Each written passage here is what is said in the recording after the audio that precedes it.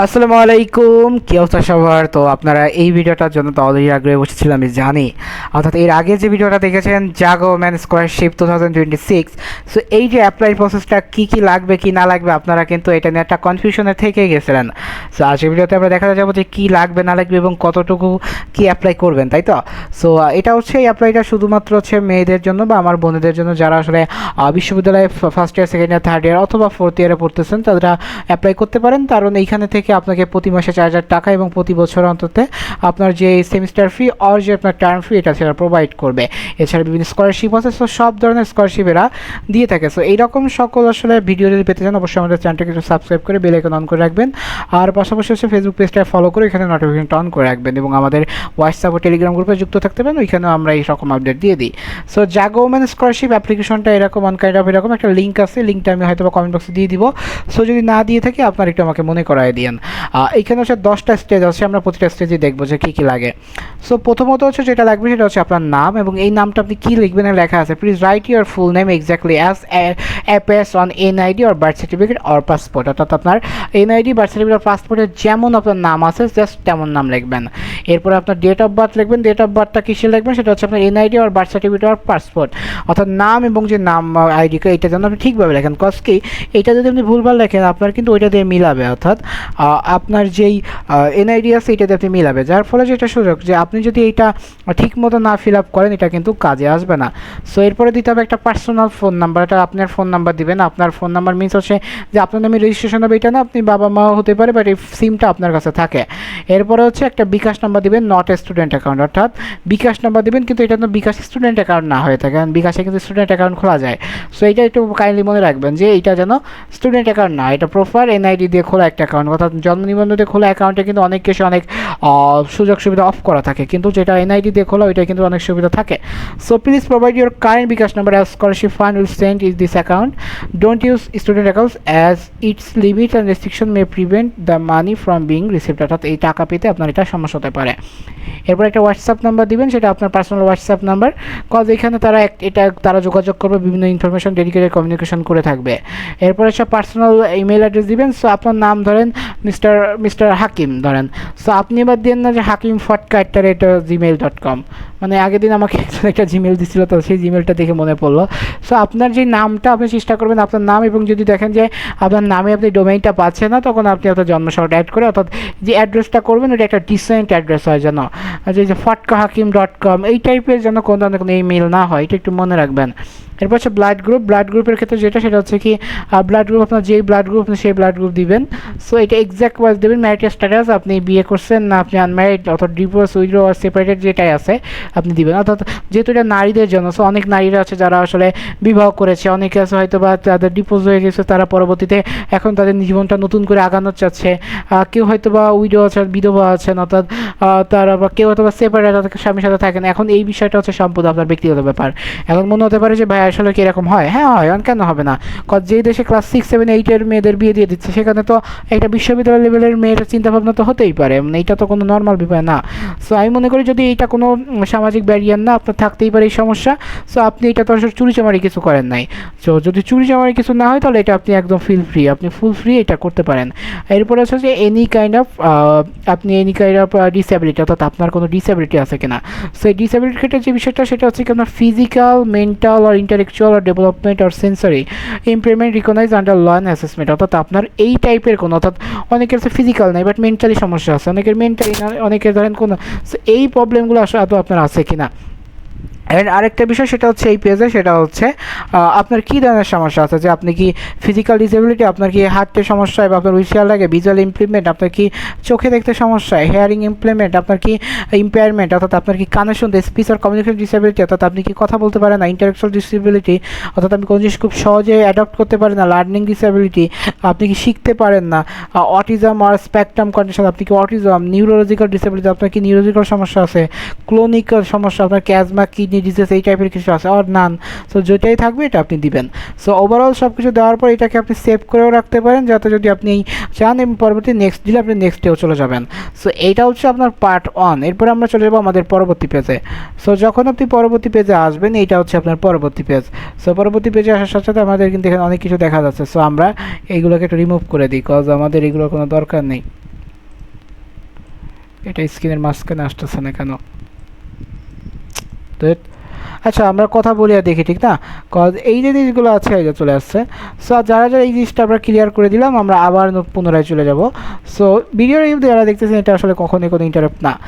এইখানে যখন চলে আসেন আপনার অ্যাড্রেস দিবেন। সো আপনার অ্যাড্রেসটা কীভাবে না, হোয়ার ইউর কান্ট্রি সিনেস, অর্থাৎ আপনি বর্তমানে কোথায় বসবাস করেন। আপনি কি ইউনিভার্সিটি হলে থাকেন, নাকি হোটেল আর মেসে থাকেন, রিলেটিভ রেসিডেন্সে থাকেন, না আত্মীয় বাসায়, না পরিবারের বাসায়। সো আমি ধরেন আপনি ইউনিভার্সিটি হলে থাকেন। সো আপনার ডিভিশন কি প্রেজেন্ট, ধরেন আপনি খুলনায় থাকেন, যে ধরো ডিস্ট্রিক্ট কি, ডিস্ট্রিক্টও আপনার ধরেন খুলনায় থাকতেছেন, ধরেন খুলনা বিশ্ববিদ্যালয়ে যদি আপনি পড়ে থাকেন, আমি সেটাই ধরে নিলাম যে আমার খুলনা বিশ্ববিদ্যালয়ের কোনো বোন এটাতে অ্যাপ্লাই করতেছে। এরপর হচ্ছে হাউস নাম্বার, না স্ট্রিট নাম্বার, আর ওয়ার্ড, এরিয়া, থানা, উপজেলা যা যা আছে, এটা আপনি এক্সাক্ট আপনার যে হল অ্যাড্রেসটা আছে ওইটা আপনি দিয়ে দেবেন। এখন কথা ভাই, আমি হলে থাকি না, আমি একটা মেসে থাকি। সো আপনার মেসের একটা অ্যাড্রেস সেটা দেবেন। ভাই আমি মেসে থাকি না, আমি আমার আত্মীয়ের বাসায় থাকি। দেন ভাই আপনি আত্মীয় অ্যাড্রেস, ভাই আত্মীয় অ্যাড্রেস না, আমি তো আমার স্থানীয়, আমি এখানে। দেন তো আপনি আপনার স্থানীয় অর্থাৎ যেটাই থাকেন সেটাই। এবার সে ডিভিশন অফ পারমানেন্ট আর নেটিভ, অর্থাৎ আপনি কোথাকার স্থানীয় বা কোথাকার লোকাল। এখন ধরেন আপনি হচ্ছে খুলনা ডিভিশনে বাগেরহাটের লোকাল, আপনি বাগেরহাট দিয়ে দিলেন। এবার হচ্ছে আপনার হাউস, আপনার বাগেরহাটে কোথায় কী আছে এটা।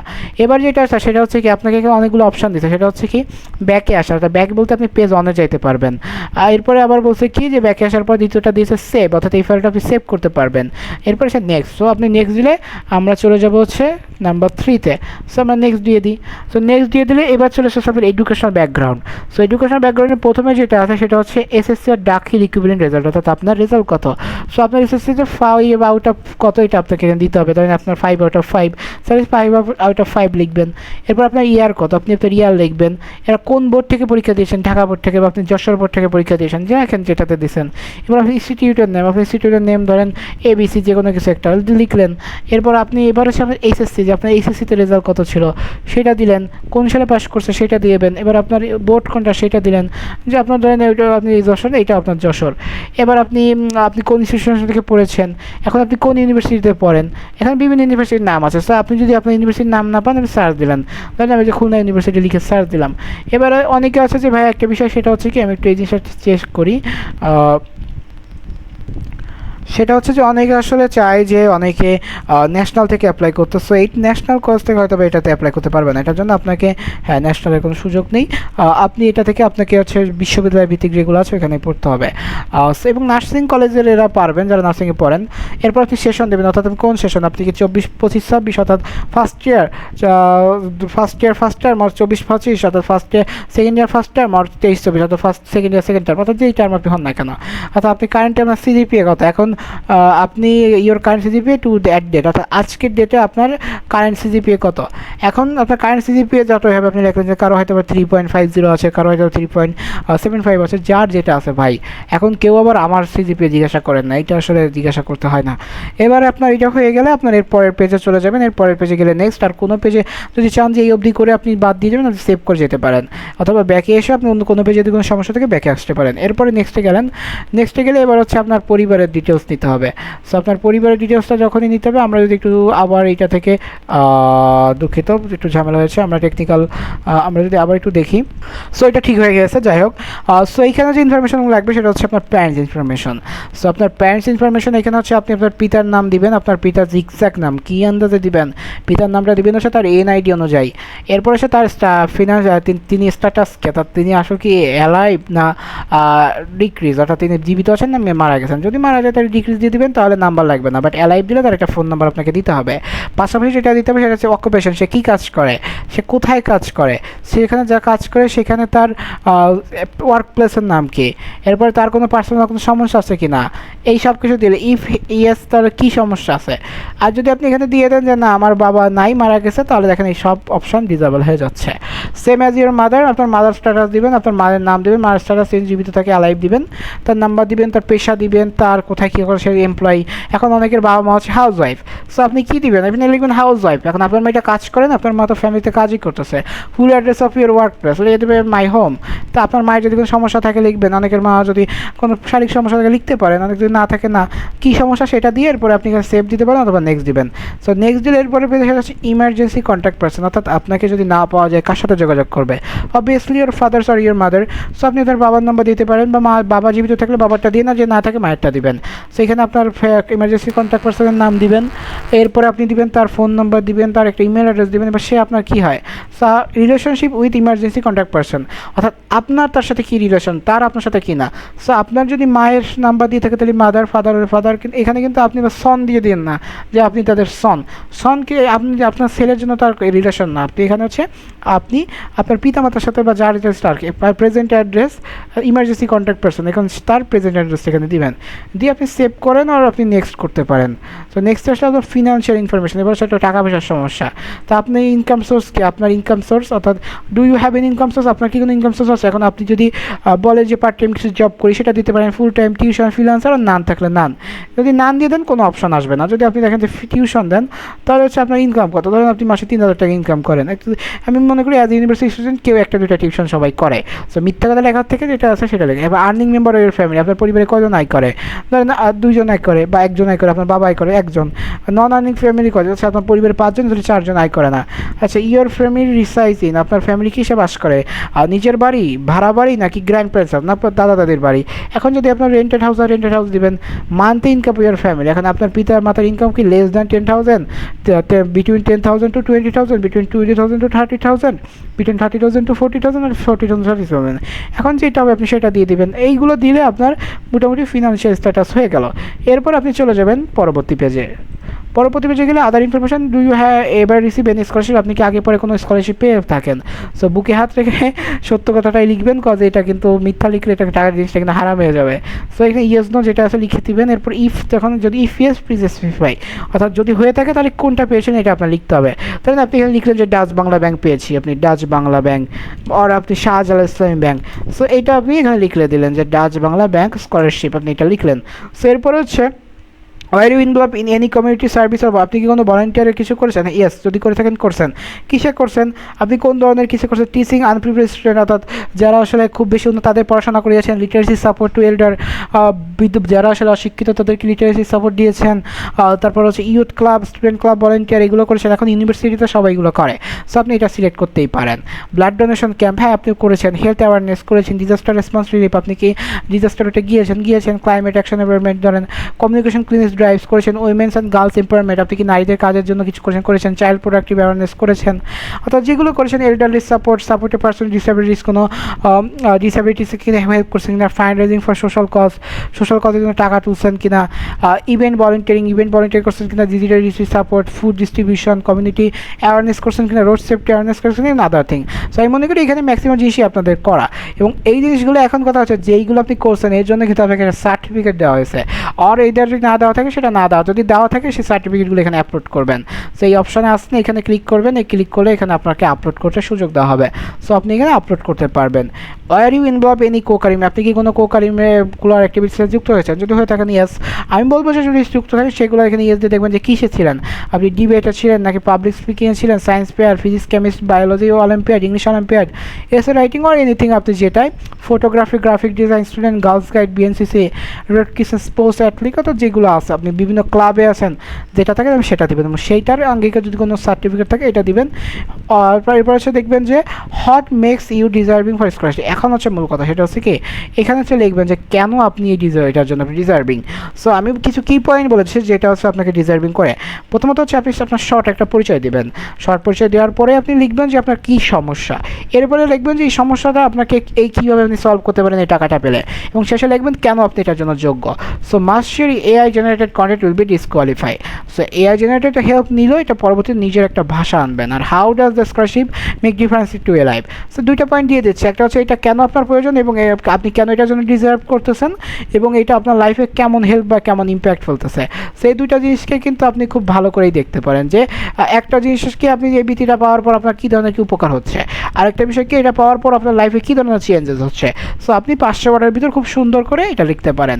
এবার আপনি সেভ আর নেক্সট দিয়ে দিলে আপনাকে পরে পেতে, এরপর আপনার রিকোয়ার্ড ডকুমেন্ট।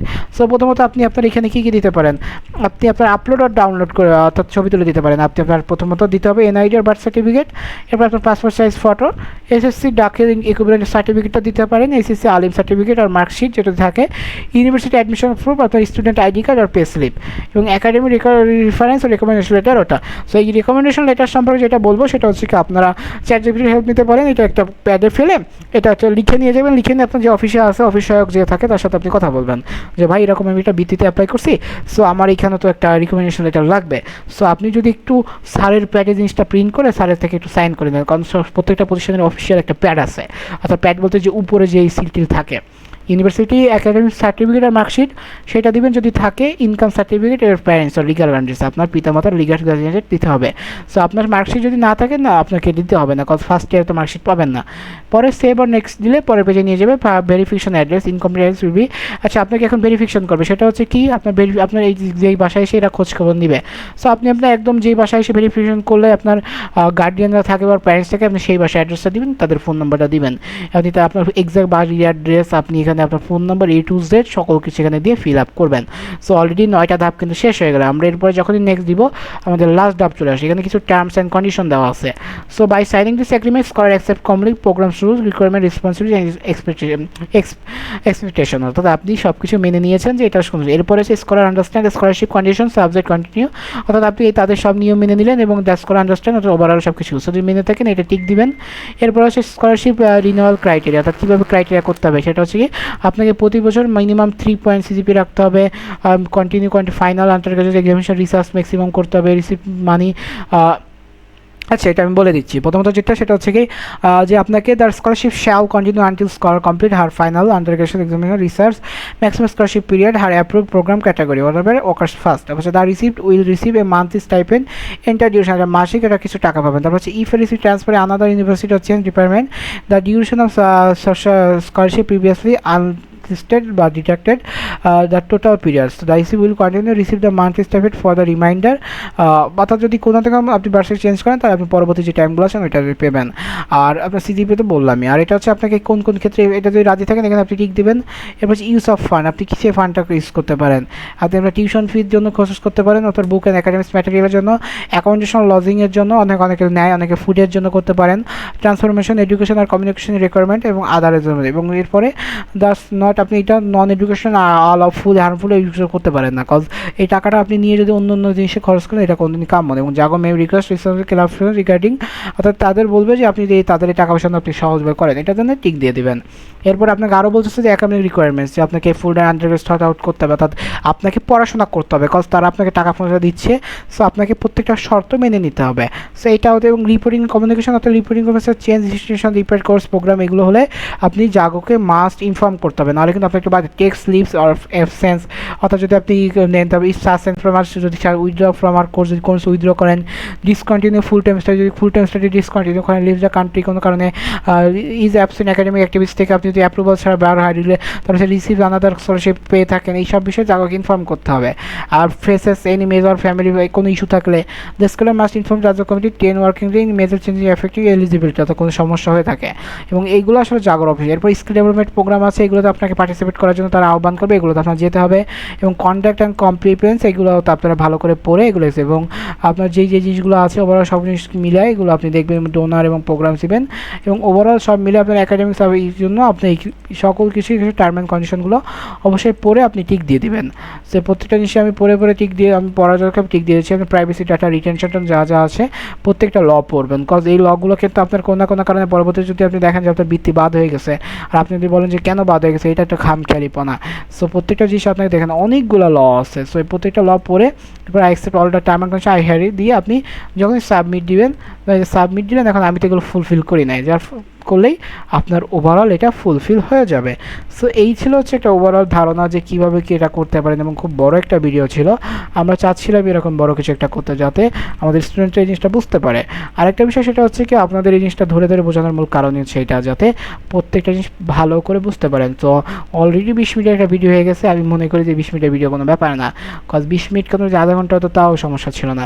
তো দিন শেষে এটা আপনারা যাতে বুঝতে পারেন, আপনারা এটা আবেদন করতে পারেন, এটাই মূল লক্ষ্য ছিল। তো দেখা হচ্ছে পরবর্তী কোনো ভিডিওতে। আর এতক্ষণ কথাবার্তা বললাম, যার কারণে একটু চ্যানেলটা সাবস্ক্রাইব করে বেল আইকনটা অন করে দিন, ফেসবুক পেজটা ফলো করে এখানে নোটিফিকেশনটা দিয়ে দিন, আর আমাদের হোয়াটসঅ্যাপ এবং টেলিগ্রাম গ্রুপে যুক্ত থাকতে পারেন। আর আপনি চিন্তা করেন যে এটা একটা কথা, সেটা হচ্ছে 4 বছর 2 লক্ষ টাকা কিন্তু কম না, এছাড়া আপনার বিভিন্ন স্টাইপেন্ড তো আছেই। সো এই টাকাটা আপনি খুবই ভালো এবং খুবই ওয়াইজলি সাপোর্ট একটা পাবেন। সো আমি মনে করি যে আপনি বি অনেস্ট, বি প্রিপেয়ার এবং বি হাম্বল। সবসময় একটা কথা বলবো যে মানুষের আসলে হাম্বলনেসটা খুব প্রয়োজন। আপনি জীবনে অনেক কিছু অর্জন করবেন, কিন্তু আপনার ভিতর যদি হাম্বলনেসটা না থাকে, এই অর্জনগুলো কিন্তু কোনো কাজে আসবে না। সো যদি আপনি বৃত্তিটা পানও, আপনি অবশ্যই তাদের প্রতি হাম্বল থাকবেন, তাদের প্রতি আপনি অবিডিয়েন্ট থাকবেন এবং আপনি অবশ্যই দায়িত্বশীল আচরণ করবেন। কজ আমার মনে হয় যে আমার স্টুডেন্ট সবসময় দায়িত্বশীল এবং খুব সবসময় জেন্টাল হয়। সো এই ছিল আজকে ভিডিওটা কেমন লাগছে অবশ্যই জানাবেন। দেখা হচ্ছে পরবর্তী কোনো ভিডিওতে। সেটি সুস্থ থাকবেন, সুস্থ থাকবেন, পড়াশোনার সাথে থাকবেন। আসসালামু আলাইকুম।